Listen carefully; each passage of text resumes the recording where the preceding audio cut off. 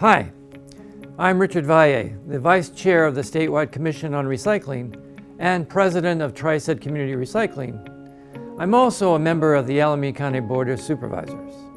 In these few minutes, I'm going to give you a very high-level overview of the work that the Recycling Commission has been engaged in since our inception, as well as the obstacles and legislation that we have publicly vetted since coming together in June 2020 during COVID. Governor Newsom signed Assembly Bill 1583, sponsored by Susan Eggman. This bill established the California Statewide Commission on Recycling Markets and Curbside Recycling. The commission consists of 17 commissioners that represent public agencies, private solid waste industries, and environmental organizations that have expertise in recycling. Our chair is Heidi Sanborn, who heads the National Stewardship Action Council. The commission is an advisory body. We do our best to carefully review any recommendations and publicly vet our conversations, allowing ample time for public input on any of the policy recommendations that we want to move forward to the state legislature. The meetings are facilitated by CalRecycle staff who help us navigate Bagley-Keene, the public meeting law, and when they can, they help us research information and history of the issues that are presented.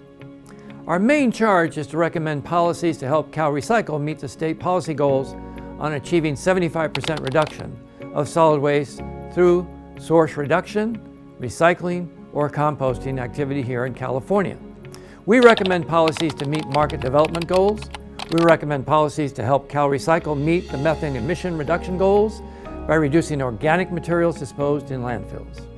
We identify products that are recyclable or compostable that are regularly collected in curbside collection programs.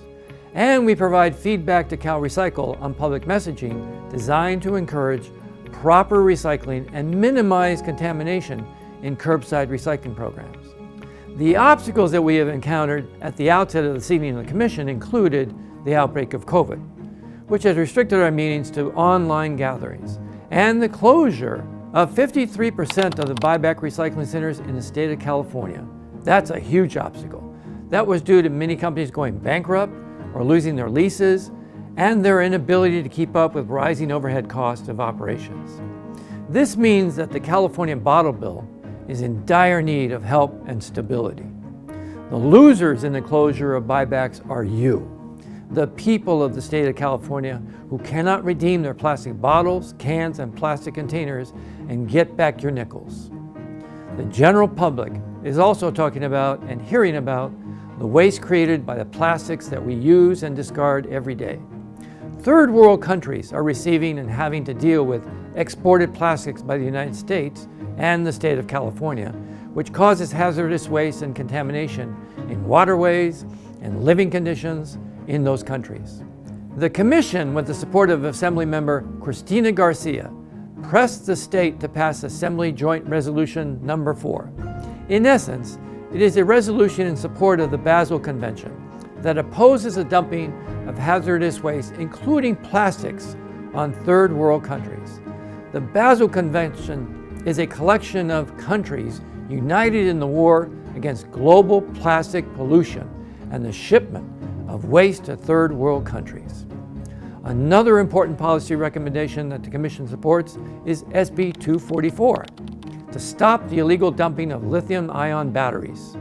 Several recycling operations have suffered fires due to the ignition and illegal disposal of lithium batteries in recycling and solid waste containers.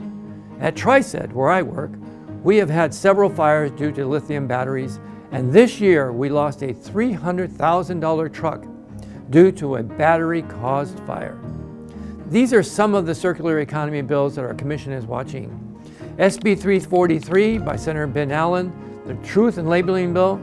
This bill would prohibit the use of those chasing arrows and the word recyclable on many consumer products, which is a false message that gives the impression to the general public that everything that has a chasing arrows and is labeled recyclable is actually recyclable.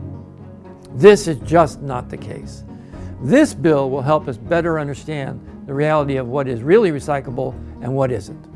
Another bill, AB 881, which is in principle in concert with the Basel Convention will in essence prohibit the export of mixed plastic waste to other countries that will be landfilled, burned, dumped, or be poorly managed.